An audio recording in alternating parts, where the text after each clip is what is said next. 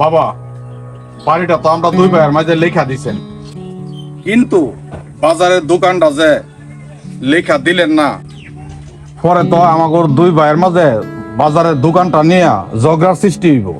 ভাবজান, বাজারের দোকানটা অনেক ছোট, তোমরা না যদি আলাদা আলাদা লেখা দে তোমরা ব্যবসা করতে অসুবিধা হইব। তো এখন তোমরা মিলেমিশে একসাথে ব্যবসা করাটাই ভালো।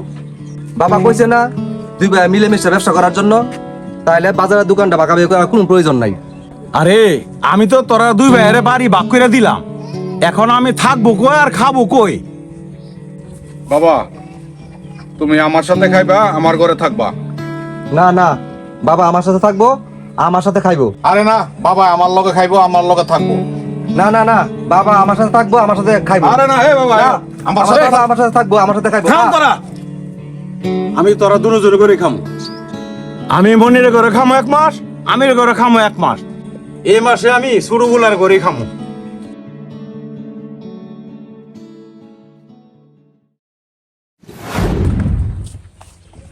এ বাবা, বাইরেও 1 মাস তো আমি খাওয়াইছি, আমি আর পারতাম না। এখন যাও, তুমি তোমার বড় ফুলার ঘরে গিয়ে 1 মাস খাইবা, যাও।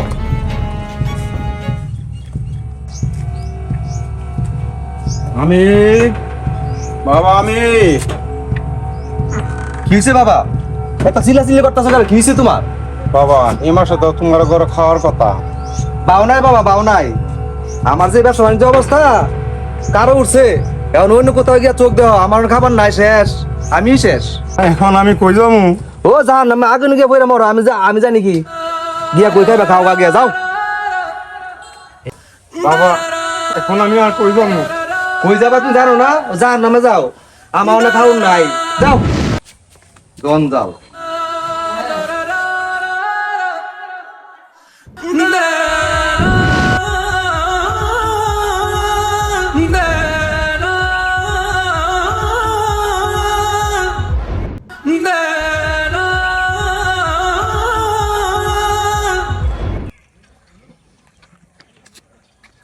আসসালামু আলাইকুম চাচা। ওয়ালাইকুম আসসালাম। আপনি এখন কি মনে করে চাচা? রাজান, আমার ছেলেরা আমার বাড়ি থেকে বের করে দিয়েছে। আরে এটা কি কয়? বাবা যান, আচ্ছা চলেন, আপনি আমার সাথে চলেন, চলেন।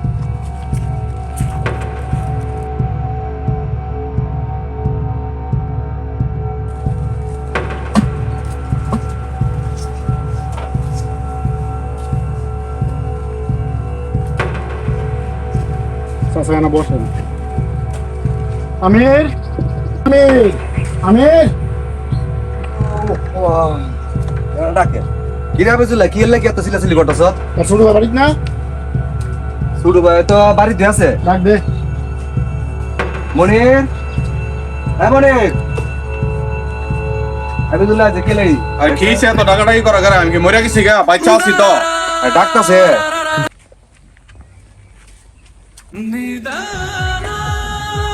রে, আমি কি শুনলাম তোরা নাকি চাচারা বাড়িতে বার করে দিছস আর খাওন দাওন দেস না? ভাই, আমি তো বাবারে অনেক দিন খাওয়াইছি, বাবার চিকিৎসা বাবদ অনেক টাকা খরচ করছি, ঠিক আছে? ভাই হয়তো আর পারছে না, এই জন্য হয়তো বাড়ি থেকে বাইর করে দিছে। বাবার পিছনে টাকা খরচ হয় না? আর বাবার পিছনে টাকা খরচ করার মতন সৌভাগ্য কার আছে রে? আমার বাপ যখন ছিল তখন আমাদের কিছুই ছিল না। আজ বাপ নাই আমাদের, দুনিয়া থেকে চলে গেছে। এখন কি নাই রে আমাদের? শুধু কি নাই জানোস, বাবার পিছনে টাকা খরচ করার মতো সৌভাগ্যটা আমার আর নাই। দুই ভাই কত আফসোস করি, আজকে যদি বাবা পয়সা থাকতো তাহলে বাবার পিছনে আমরা টাকা খরচ করতাম, এটা আমাদের ছিল পরম সৌভাগ্য। আদর ভালোবাসা দিয়ে বাবাকে রাজার হালে রাখতাম, কোনো কিছু থেকে বাবাকে অভাবে থাকতে দিতাম না।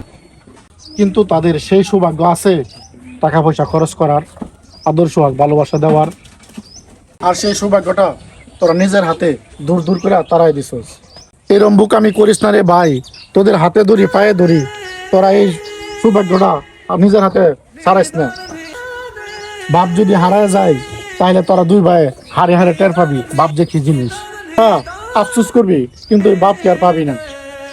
আর তোরা যদি না পারস, তোরা ক আমার চাচা আমার সাথে দিয়ে দে, আমি নিয়ে যাই, আমার চাচারে আমার বাপের মতন আদর সোহাগ ভালোবাসা দিয়া আমি নিজের হাতে রাখবো। কালকে যদি বাপ হারায় তাহলে তোরা বুঝবি বাপ যে কি জিনিস।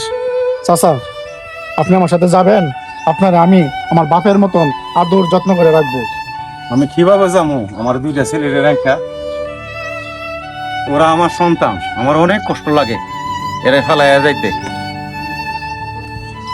তোদের কষ্ট না লাগুক, আমার অনেক কষ্ট লাগে। তোরা ফেলাইয়া তুই আমি কিভাবে জানো? বাবা, ওদের কষ্ট না লাগুক, আমার তো কষ্ট লাগে। আমার সন্তান তুই, আমি কই যাবো বাবা এদের ফেলাইয়া তুই?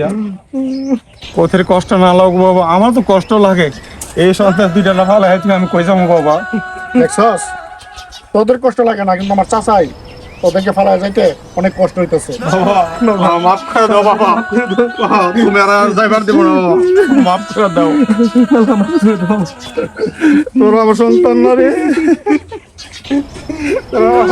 কই যাবো আমি? মাফ করে দাও।